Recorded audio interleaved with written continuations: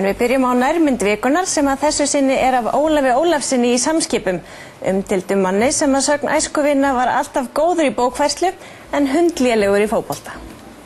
Duglegur, óvæginn og þrjóskur, þannig Ólafi Ólafssyni sem oftast kendur við Samskip lýst af vinum og þeim sem átt hafa við hann viðskipti. Ólafur hefur verið áberandi á undanförnum árum, ekki bara vegna viðskipta, heldur einnig fyrir það sem margir myndu segja öfgakenndan lífstíl og fyrir að vera örlátur. Það sem gerði Ólaf að ríkum manni var þegar hann keypti ásamt fleirum ráðandi hlut í Búnaðarbankanum og sameinaði hann Kaupþingi.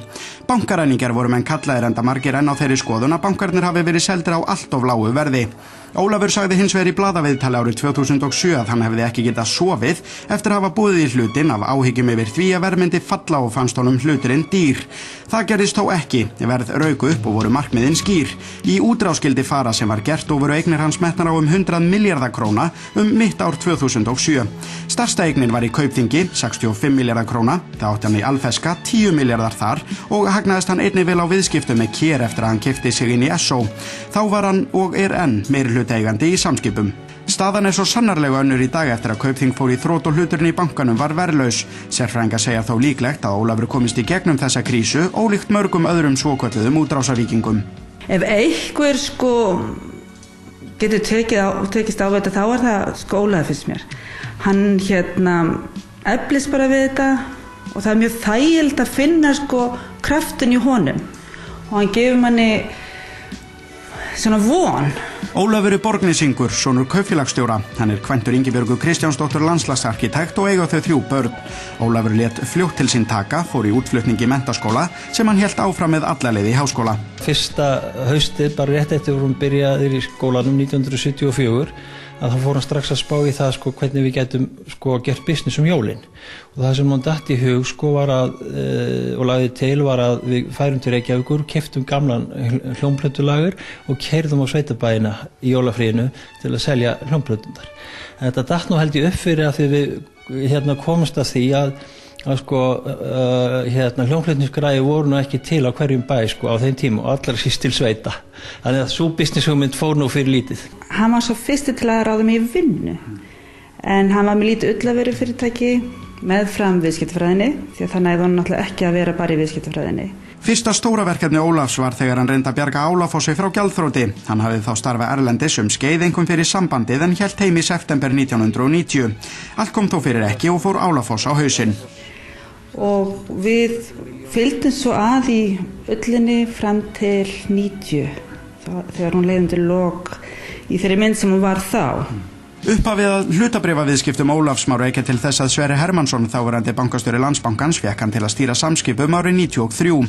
Fyrirtæki sem hafði verið skilið út úr sambandinu og var í miklum vanda. Ári eftir Ólafur kom til starfa var hlutafé í fyrirtækinu stóraukið með aðkomu 8 íslenskra fyrirtækja og eins þýsks, Bruno Bischoff.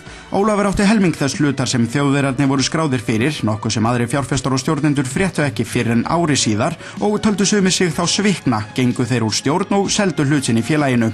Þeir sem gagnrýna Ólaf segja hann hafa náð sínum 2 stærstu áfengum með blekkingum, annars vegar þegar hann kom óvænt inn sem hluthafi í Samskipum og hins vegar þegar hann keypti stóran hlut í Búnaðarbankanum og hafði með sér þýskan banka sem margir telja enn í dag hafi aldrei verið beinn eigandi hlutafjárins, heldur einungis fronta fyrir eglu félaga Ólafs og félaga. Úr þessum hópi heyrist kenningin að það séu til 2 tegundir Íslendinga, þeir sem Ólafur hefur svikið og þeir sem Ólafur á enn eftir að svíkja.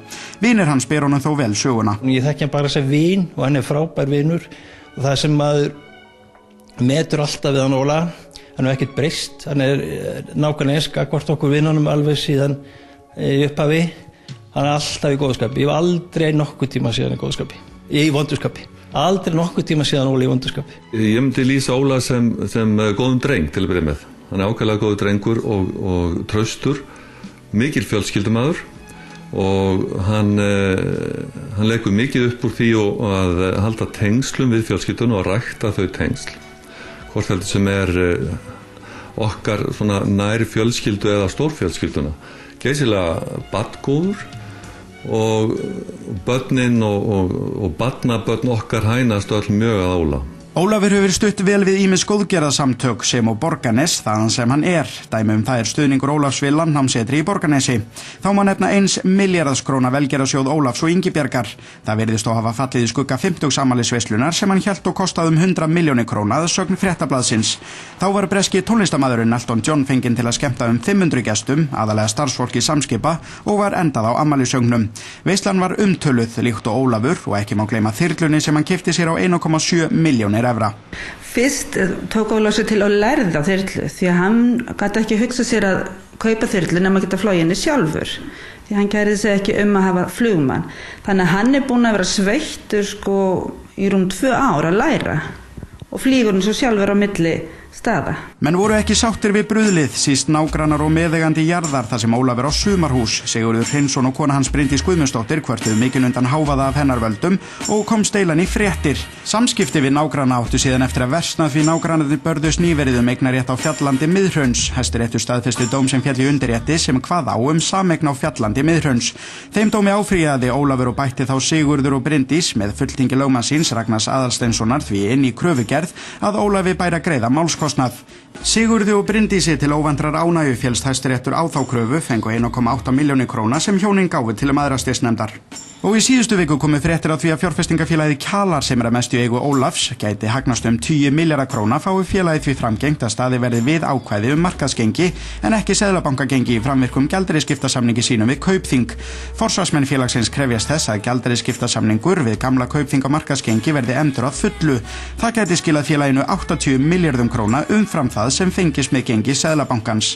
Já, að ræða umdeildan mann á bæði harða gagnrýnendur sem ekki vildu koma fram en einnig góða vini og fjölskyldu sem ber mikla virðingu fyrir honum og segir að honum sé best lýst sem örlátum orkumiklu manni sem sjaldan slaki á nema þá. Það sem Óli í fjölskyldubóðum að þá er gaman, hann er hrókur alls fagnaðar, mjög hress og kátur og hefur gaman að segja sögur. En svo gerist það alltaf á einhverjum tímapunkti að hann þagnar og þá er hann sofnaður. Og þá bara annarkot situr hann eða liggur hann þar sem hann var og er steinsofandi. Og ég hugsa að flest fjölskyldualbúm okkar í fjölskyldunni innihaldi nokkra myndir á Óla þar sem hann er sofandi. Og þannig var sagan af Ólafi.